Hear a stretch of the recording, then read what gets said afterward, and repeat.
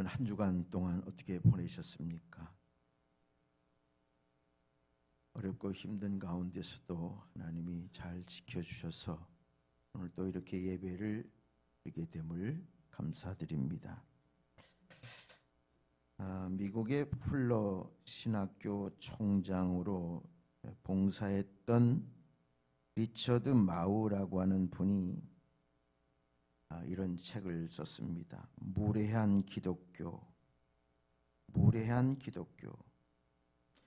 그 책 내용 중에 이런 내용이 있습니다.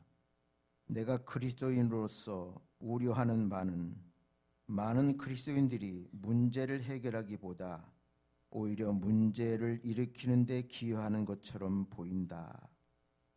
성직자가 자기를 추종하는 자들에게 이제 불신앙의 세력에 대해 싸울 때가 왔다고 말한다.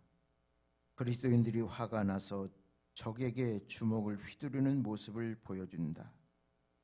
현대를 살아가는 많은 그리스도인들이 갈등을 해결할 수 있는 평화의 윤리를 가지고 살아가는 것이 아니라 오히려 갈등을 일으키는 역할을 한다고 지적한다. 그러면서 리처드 마우는 이렇게 말합니다. 그리스도인들이 무례하게 행동하지 않기 위해서는 시민 교양을 가져야 한다. 이렇게 말하고 있습니다. 그러면서 그는 시민 교양은 공적 예의라 그렇게 말합니다. 공적 예의라는 말은 자신과 이념이나 사상이 다른 사람들을 대할 때에 이해심을 가지고 예의를 갖고 대하는 것을 말한다. 적어도 그리스도인들이 시민 교양만 가져도 무례하다는 소리를 듣지 않는다는 것이다. 이 내용은 리처드 마우라고 하는 분이 무례한 기독교라는 책에서 그분이 주장한 내용입니다. 오늘 그리스도인들이 신앙이라고 하는 명분 아래 어떤 수단을 사용해서라도 이겨야 한다는 십자간 정신에 사로잡혀 있는 것 같습니다. 나와 이념과 사상이 다른 사람들은 전부 나의 적이라고 생각하고 예수님의 적이라고 생각하고 있습니다. 어떤 수단과 방법을 다 사용해서라도 나의 적들을 싸워서 이겨야 한다는 겁니다. 그래서 그들은 무례하기 짝이 없고 예의 없기 짝이 없는 그런 일들을 자행하고 있습니다. 예수님은 마태복음 22장 39절에 이런 말씀이 있습니다. 내 이웃을 자신과 같이 사랑하라. 내 이웃을 내 자신과 같이 사랑하라. 고린도전서 13장 5절을 보면 사랑은 무례히 행하지 아니하며 내 이웃을 내 자신과 같이 사랑하라. 이 말씀과 사랑은 무례히 행하지 아니하며 이 말씀을 통합해 보면 내가 사랑하는 이웃에게 무례히 행하는 것은 있어서는 안 된다 그런 뜻입니다. 내 이웃을 내 자신같이 사랑하라고 그랬어요. 그가 누구이든지 내 이웃을 사랑하라. 내 자신같이. 근데 그 사랑은 무례하지 않는 데서부터 시작이 된다는 겁니다.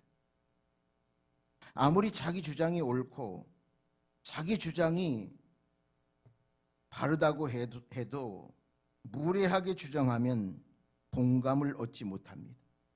자기 주장이 다 옳아요. 진리 같아요. 그러나 거기에 무례하게 하면 어떤 사람도 공감을 받지 못합니다.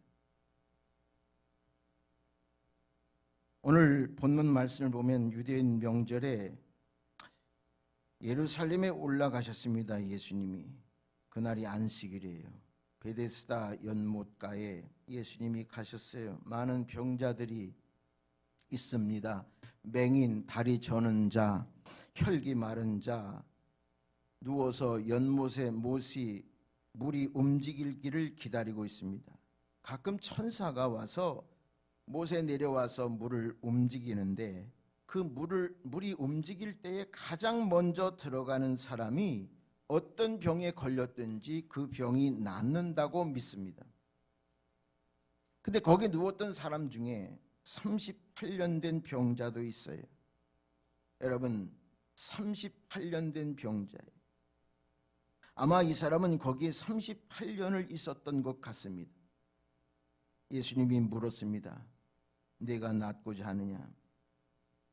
이 38년 된 병자가 내가 낫고자 합니다, 그렇게 말하지 않고, 주여, 물이 움직일 때 나를 못에 넣어줄 사람이 없어서 내가 가는 동안에 다른 사람이 먼저 내려갑니다. 이게 얼마나 안타까운 일입니까? 아마 거기 병자들 중에서 이 38년 된 병자가 가장 심각한 병을 앓고 있는 것 같습니다. 가장 불리한 신체 조건을 갖고 있어요. 그러니까 다른 사람들이 자기보다 먼저 내려가서 38년 동안 기다리면서, 물이 동하면 뭐합니까? 물이 움직이면 뭐합니까? 본인은 가다가 다른 사람이 먼저 들어가니까, 그러니까 자기는 지금까지 병을 못 고친 겁니다. 그때 예수님은 한순간에 병을 치유해 주셨어요. 일어나 내 자리를 들고 걸어가라. 38년 된 병이 한순간에 예수님의 능력으로 치유받게 된 겁니다. 여러분, 베드스다 연못에는 수많은 병자들이 있었습니다. 수많은 장애를 가지고 이제 자기 병이 낫기 위해서, 물이 동하기를 위해서 기다린, 물이 움직일 때 먼저 들어가는 사람이 병이 낫는 거예요. 아마 38년 동안 그렇게 기다렸다고 하면, 예수님이 오셔서 예수님을 만날 때는 그 38년 된 병자는 아마 거의 포기하고 지치고 피곤하고 그냥 어디 갈 수도 없어요. 그러니까 거기 있는 거예요. 그런 사람에게 예수님이 다가가서 그의 병을 고쳐주셨어요. 저는 생각을 합니다. 이 연못의 수많은 병자들이 사실 38년을 기다렸다고 하면, 온 순서대로 이렇게 따지면 벌써 이 병자는 낫고 집에 갔어야 될 거예요. 그러나 그 연못에 있는 수많은 병자들이 한 번도 이 38년 된 병자에게 배려를 안 해준 거예요. 자기들은 조금 기다렸다가 다음에 들어가면 되고, 이 사람 혼자서는 도저히 연못에 들어갈 수 없으니까 이 사람에게 양보해서 조금만 배려했더라고 하면 얼마나 그 연못에 아름다운 일이 벌어졌을까요? 그런데 그 조그만 배려가 없었기에 이 사람이 지금까지 병을 못 고치고 집에 가지도 못하고, 그런 일들이 지금 일어나는 겁니다. 너도 나도 먼저 들어갈 생각만 하지, 나보다 못한 그런 중한 병자, 나보다 오랫동안 있었던 그 병자, 그 사람을 생각하지 못하고 그냥 자기가 먼저 들어갈 생각만 하는 거예요. 자기 병이 낫기만을 바라는 거예요. 남이야 어떻게 생각하든 상관없어, 나만 내 병 먼저 낫고 집에 가면 돼, 이런 생각을 가지니까 이 38년 된 병자가 그대로 여전히 거기에 있는 겁니다. 만일 서로 배려할 줄 알고 순번을 정해서 순서대로 물에 들어가도록 도와줬다면 이 사람이 38년이라는 긴 세월 동안 고생하는 일은 없었을 겁니다. 조금만 배려했더라면 모두가 행복했을 것인데. 그래서 오늘 제목을요, 사랑의 또 다른 이름이라 그랬어요. 여러분, 사랑이 뭡니까? 저는 또 다른 이름은 배려라고 생각을 해요. 따라합시다. 배려. 이 배려라는 말을 사전에 찾아보니까 남을 생각하고 그의 입장에 서서 그를 이해하며 그에게 도움이 되고자 하는 마음, 그렇게 써 있어요. 남을 생각하고 나의 입장에서 그를 이해하고 그에게 도움이 되고자 하는 마음, 이것이 배려고 이것이 사랑입니다. 상대방의 생각이나 감정이나 의견은 전혀 고려하지 않고 일방적으로 하는 사랑. 그래서 남에게 불편을 주고 부담스럽게 하고 불쾌하게 만드는 그것은 절대 사랑이 아니라는 거죠.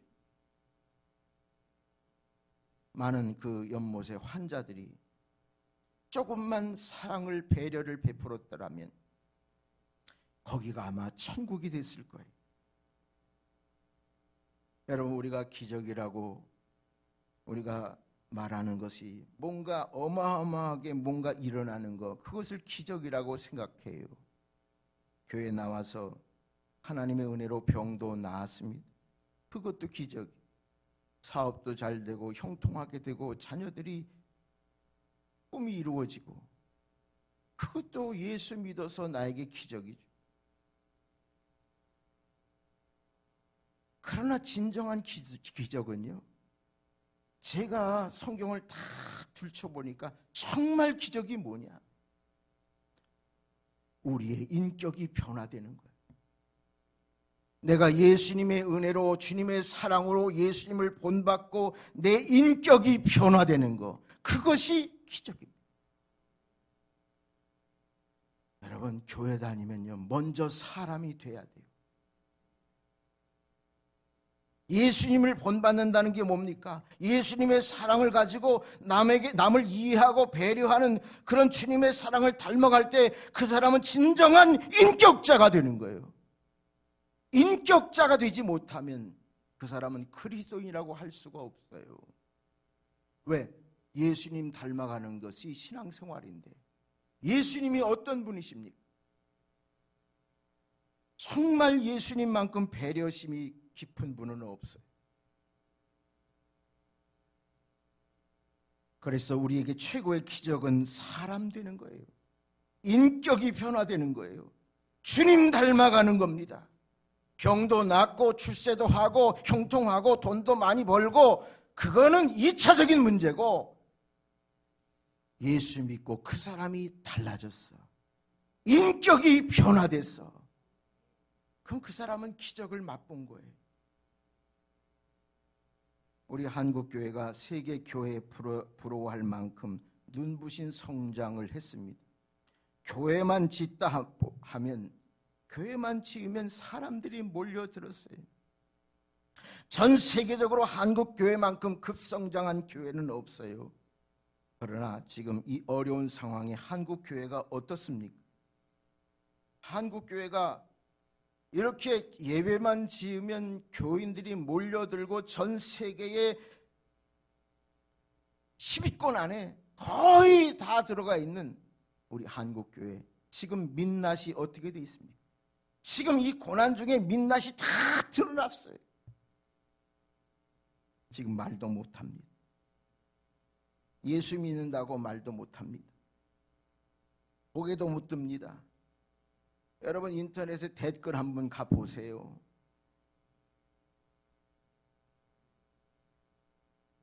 그 세상이 잘못해서 그렇습니까? 세상이 지금 교회를 바라보는 눈이 그렇단 말이에요. 지금 우리가요, 거룩하다, 믿음이다 생각하고 다 믿었는데 결과는요, 세상에 민낯이 드러나는데 온갖 추악한 말을 다 받고 비난의 말을 다 들어요. 나는 그런 말을 들어도 싸다 그래요. 그런 말을 들으면서 우리가 자각하고 자성하고 정말 예수 믿는 게 뭐고 그것을 바로 깨닫는 기회가 지금이라고 생각을 합니다. 여러분, 복음의 본질은 십자가 신앙입니다. 독생자를 아끼지 아니하시고 우리를 위해 죽으신 하나님의 사랑, 내가 죽어서 미랄이 돼서 모든 사람을 살리는 그 사랑, 그것이 십자가 정신이고 그것이 복음의 본질이에요. 이걸 잊으면 안 된단 말이에요. 내가 죽어서 미랄이 되는 거예요. 그게 교회예요. 그게 십자가 사랑이에요.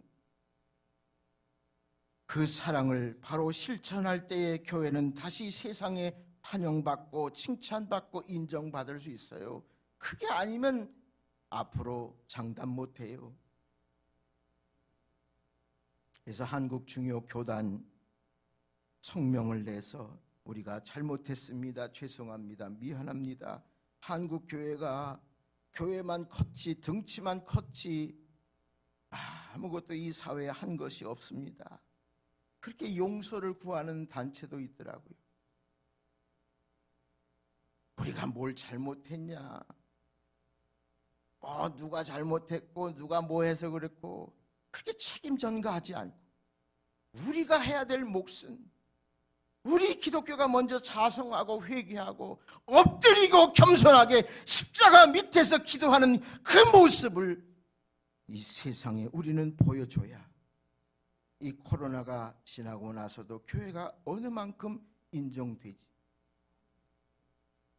여러분, 지금 한국 교회는요, 사회적으로 신뢰 회복이 가장 중요해요. 지금 우리가 복음을 전해야 될 대상이 누굽니까? 세상이요. 교회를 비난하고 책망하는 많은 사람들의 그들을 향해서 우리가 예수를 전해야 돼요. 복음을 전해야 돼요. 저들은 우리가 구원해야 될 대상이요. 그런데 그들에게 우리가 인정받지 못하고 교회가 환영받지 못하면 어떻게 복음이 전해질 수 있겠습니까? 여러분, 교회는요, 세상을 위해 존재해요. 교회는요, 교회 안에서의 교회가 아니요, 세상 속에서 교회예요.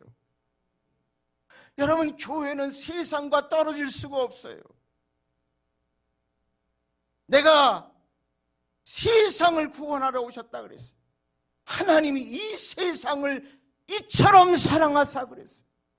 하나님은 세상을 사랑하십니다. 세상을 구원의 대상으로 당신의 외아들을 이 땅에 보내주셨습니다. 이 세상을 사랑하기 때문에, 이 세상을 구원해내야 되기 때문에, 그래서 그리스도의 몸된 교회는요, 마땅히 세상을 사랑하고 세상을 구원해내야 됩니다. 세상은 우리의 적이 아니에요. 여러분, 세상은 우리의 적이 아닙니다. 누구도 적이 아니에요. 다 우리가 구원해내야 될 사랑의 대상이요. 할렐루야. 사랑의 대상이요. 지금 세상은 38년 된 병자와 같습니다. 지금 누구의 도움도 받지 못하면 도저히 회복될 수 없는 중병에 걸린 것이 세상이요. 이런 중병에 걸린 세상에 교회가 바르게 서서 이 세상을 향해서 주님의 사랑과 십자가를 전해야 저들이 중병에서 벗어날 수가 있는 겁니다. 그러기 위해서는 우리가요, 38년 된 병자에게 먼저 배려하는 마음이 있어야 돼요. 작은 배려가 그들의 마음을 움직여요. 돌봐주는 것이, 마음을 써서 돌봐주는 그 배려가 그게 사랑이고, 그것이 세상 사람들의 마음을 움직인단 말이죠.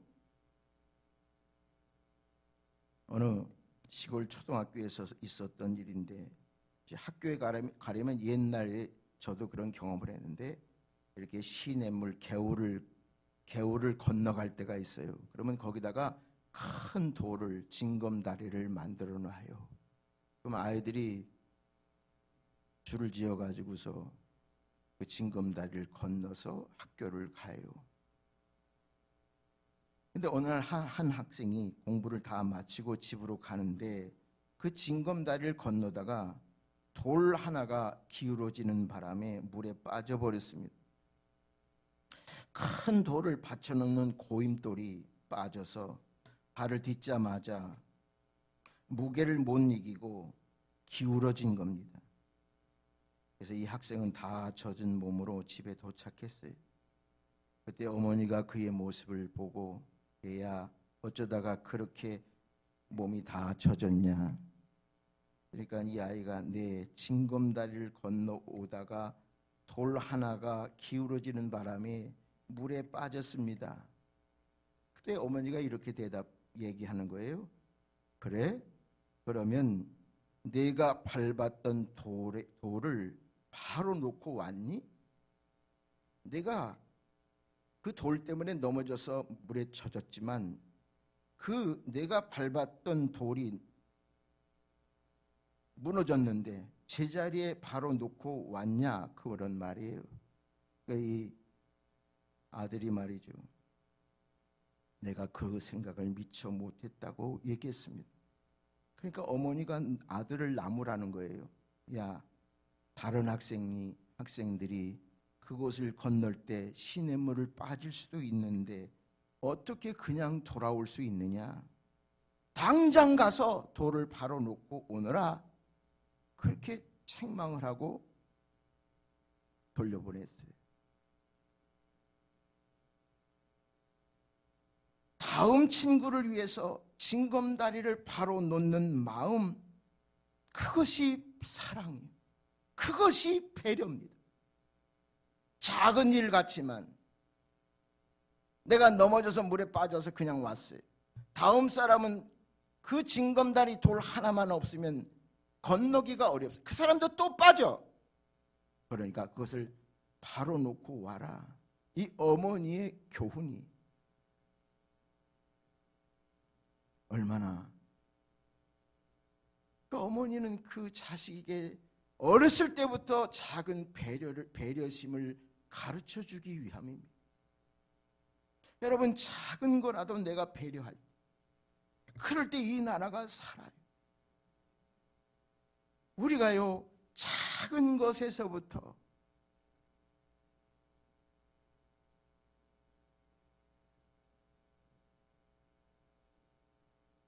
제가 인터넷 보니까 이 마스크도 버릴 때는 그 끈을 잘라서 버리래요.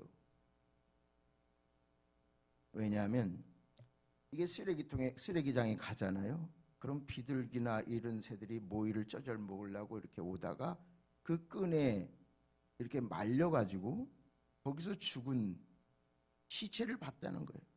그래서 환경운동가들이 마스크를 버릴 때는 그 끈을 잘라서 버리라는 거예요. 그런 작은 배려가 한 마리의 새를 살릴 수 있다는 거예요. 여러분, 지금 우리 사회가 극도의 불안감이 있습니다. 두려움과 허탈감과 불신과 분노가 있어요. 다 사람들이 분노해요. 그래서 절망에 빠져 있어요. 이런 상황을 이겨낼 수 있는 비결은 삐뚤어진 돌을 바로 놓는 그런 작은 배려가 있어야 할 것입니다. 그것이 시민 교양입니다. 그것이 공적 예의입니다. 나 한 사람쯤이야 안 지켜도 되겠지 하는 아니란 생각은 심각한 사태를 불러일으킵니다. 검사 받으라고 했는데 도망가고, 숨고, 또 당신들도 코로나 한번 당해봐라 그래서 껴안고, 자기 다녔던 동선을 다 숨겨서 역학조사에 혼선을 주고, 결국은 이러한 작은 일을 하지 않았기 때문에 엄청난 큰 일이 벌어진 거예요. 자, 경제가 마비됐죠. 아이들이 학교를 못 가죠. 교회에 성도들이 오지 못하죠. 앞으로 해외는 언제 갈지도 모르죠. 어르신들은 집에서 답답해서 고통당하는 그런, 그거요, 그게 간단한 일입니까? 이런 일들이 어디서부터 시작이 됐습니까? 우리의 작은 것에서부터 시작이 된 거예요. 작은 배려.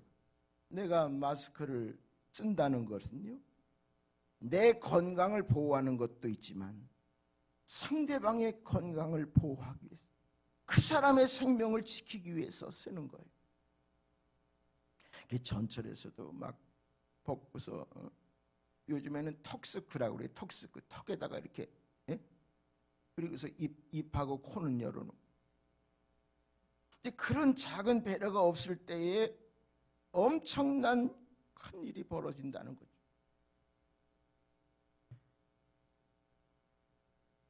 작은 배려가 또 다른 사랑이라고 하는 이름입니다. 사랑의 또 다른 이름은 작은 배려예요. 자, 야고보서 2장 14절 봅시다. 내 형제들아, 만일 사람이 믿음이 있노라 하고 행함이 없으면 무슨 유익이 있으리요?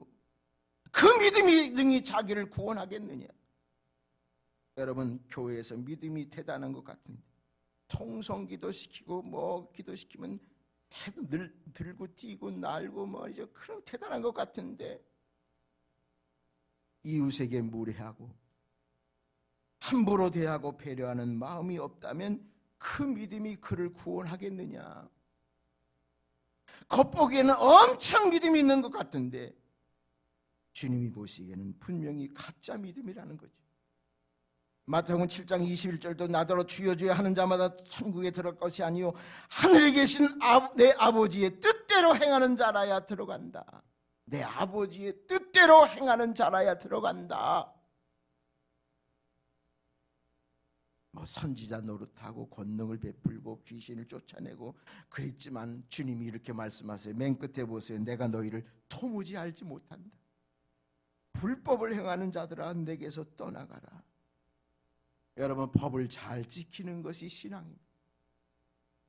귀신을 쫓아내는 것보다 법을 잘 지키는 것이 신앙이요. 그게 어떤 법이든지. 그래서 여러분, 신앙은요 절대 무리하지 않는 겁니다. 여러분, 신앙은요, 믿음은 사랑으로 이어져야 진짜 믿음이에요. 믿음이 사랑으로 이어지지 않으면 그 믿음은 가짜 믿음입니다. 오늘날 한국교회가 여기에 큰 함정에 빠져 있어요. 저는요 그렇게 믿어요.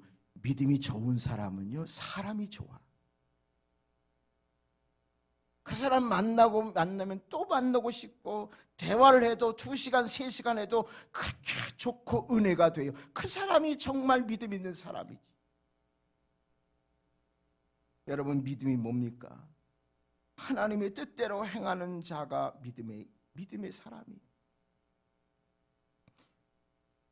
그래서 구원은 믿음으로 받지만요, 이 믿음은 사랑으로 증명해서 그 믿음이 진짜 믿음으로 되는 겁니다. 여러분, 믿음 따로 사랑 따로 없습니다. 믿음이 좋으면 사랑이 더 깊어져요. 믿음이 좋은 사람일수록 인격 있는 사람입니다. 나보다 남을 더 생각하고 배려합니다. 여러분, 국가에서는 아마 2주 동안 대면 예배 금지하고 아마 2주 동안 또 연장을 했어요. 근데 저 몇몇 교회 죽어도 우리는 예배가 목숨이고 생명이다. 그래서 강행한 교회가, 고발당한 교회가 수십 교회가 다.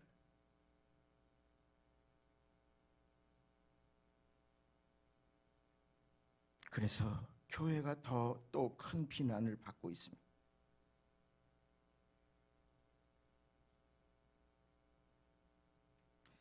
우리 안소동에 안서감리교회라고 있어요. 고태진 목사님이라고, 요 호소대 그쪽이 안서동이죠. 거기 작은 교회, 백석대 호소대 학생들을 위해서 선교하는 교회입니다. 고태진 목사님, 우리 감신 후배인데 저도 아는 분이에요. 이분이 비대면 교회 예배를 광고하려고 제가 밴드에도 올려놨는데 그 광고의 문구가요, 그게 화제가 돼가지고 또 신문에 나고 매스컴에 타고 그래요. 그 작은 그 목사님이 손수 쓴 글 같아요. 이렇게 써 있습니다. 예배를 드리면 죽인다고 칼이 들어올 때 목숨을 걸고 예배 드리는 것이 신앙입니다. 자, 이것은 뭐 공산당이 쳐들어오고 핍박이 왔을 때 칼이 들어올 때 목숨 걸고 예배드리는 것이 신앙입니다. 근데 반전이 있습니다. 그 뒤에 그러나 예배가 칼이 되어 이웃의 목숨을 위태롭게 하면 모이지 않는 것이 신앙입니다. 대면 예배 중요하고 목숨 걸고 우리가 지켜야 되지만 그 예배가 많은 백국민들에게 칼이 돼서 그들의 목숨을 잃게 한다면 교회에서 예배 안 드리는 것이 신앙이라고. 지금 대면 예배, 비대면 예배로 갈등하고 정부하고 다투고 그런 상황에 이 목사님이 이 글을 쓴 것에 완전히 요약해서 써주신 거예요.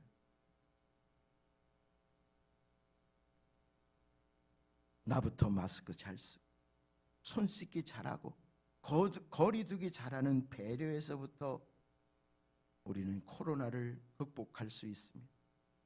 배려가 없으면 저는 안 끝난다고 봅니다. 내년이 가도 후전이 가도 아니 우리 평생에 안 끝날 수도 있습니다. 우리의 작은 배려, 우리의 시민 교양이 공적인 예의가 있을 때 그럴 때 이것은 머지않아 끝나게 될 줄로 믿습니다. 지난 23일 날 한 유치원에서요, 한 유치원생이요 가족을 통해서 감염이 됐어요. 그런데 유치원에 갔어요. 거기 200여 명의 유치원생들과 선생님들이 있어요. 그런데 이 유치원생이 감염된 걸 몰랐죠. 그래서 다 조사를 해봤어요. 그런데 다행스러운 것은 204명이 다 음성 판정이 나왔어요. 왜 그렇습니까? 거기에 감염된 그 학생 어린이가 있었지만 그 유치원에서 원장과 모든 사람들 또 유치원생들이 얼마나 마스크가 갑갑해요. 그런데도 철저하게 지켰다는 거죠. 철저하게 손 씻기 하고 마스크하고 그런 방역 대책을 철저하게 지켰기 때문에 그 안에 유치원생 한 사람이 확진자가 다녔어도 204명이 다 음성 확진이 안 됐다는 거. 저는 그 기사를 보고서요, 이 유치원 어린아이들이 우리에게 교사구나 선생이구나, 어른보다 낫구나. 여러분, 저는요 평생에 신앙생활은 순종이라고 믿거든요. 순종. 지금도 일치된 순종이 필요할 때 그래야 이 코로나를 극복을 합니다. 그냥 나라에서 하자고 하면 일치된 마음으로 그냥 따라가는 거예요. 이 어린 학생, 유치원생들처럼 말이에요. 좀 갑갑할 수 있고 힘들 수도 있지만 그래야 이길 수 있잖아요. 나보다 남을 배려하는 마음, 그것이 지금 필요할 때입니다. 여러분, 손수건 가지고 다니십니까? 손수건 왜 가지고 다니세요?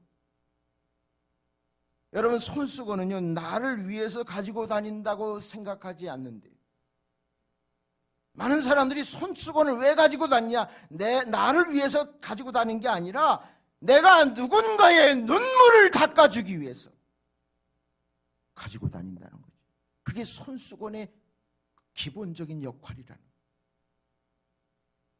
그래서 대화를 나눌 때, 무슨 얘기를 나눌 때 그분이 슬퍼해요. 아픈 얘기를, 상처를 얘기해요. 눈물을 흘려요. 그럴 때 그 옆에 사람이 손수건으로 그에게 주어서 그 눈물을 닦아주고, 그래서 이 손수건은요 위로의 역할을 한다는 거죠. 상대방이 아플 때, 슬플 때 손수건을 줘서 그의 마음의 상처를 닦아주는 것이 바로 손수건이래. 나는 오늘날 우리 한국교회가 손수건이 됐으면 좋겠어요. 이웃의 아픔과 슬픔을 닦아주는 손수건, 슬픔을 닦아주는 손수건, 문제를 일으키고요, 그냥 자기 마음대로 순종하지 않고 법을 어기고 그렇게 하지 말고 가까운 이웃에게 다가가서 그들에게 마음의 손수건을 주어서 그들의 눈물을 닦아주고 상처를 싸매주고, 그것이 그리스도의 신앙이 아닐까요? 그것이 예수의 마음이 아닐까요?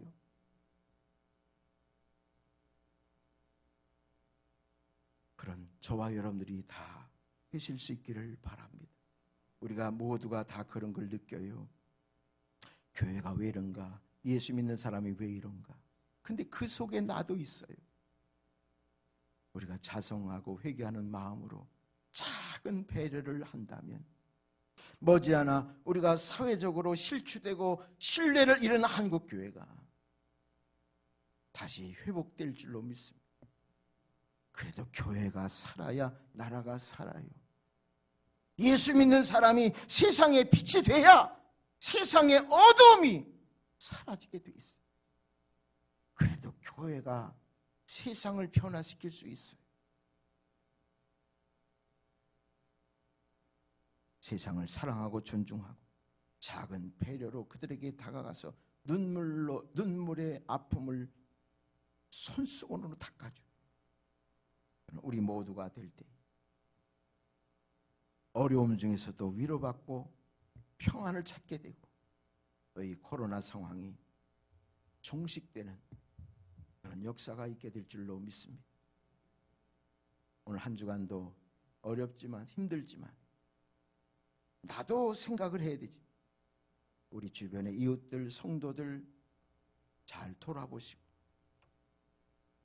마음의 손수건으로 닦아줄 수 있는, 직접 찾아가지는 못하지만 문자로라도 전화로라도 마음의 손수건을 내미는 우리 모두가 돼서 한 주간도 그리스도의 사랑으로 포근한 그런 한 주간이 되기를 간절히 축원합니다. 찬양하겠습니다.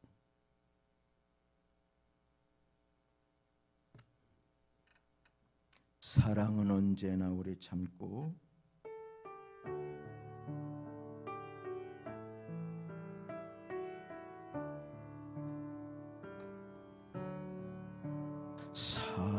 사랑은 언제나 오래 참고 사랑은 언제나 온유하며 사랑은 시기하지 않으며 자랑도 교만도 아니하며 사랑은 무례히 행치 않고 자기의 유익을 굳지 않고 사랑은 성내지 아니하며 진리와 함께 기뻐하네 사랑은 모든 것 감싸주고 바라고 믿고 참아내며 사랑은 영원토록 변함없네 믿음과 소망과 사랑은 이 세상 끝까지 영원하며 믿음과 소망과 사랑 중에 그 중에 제일은 사랑이라. 그 중에 제일은, 그 중에 제일은 사랑이라.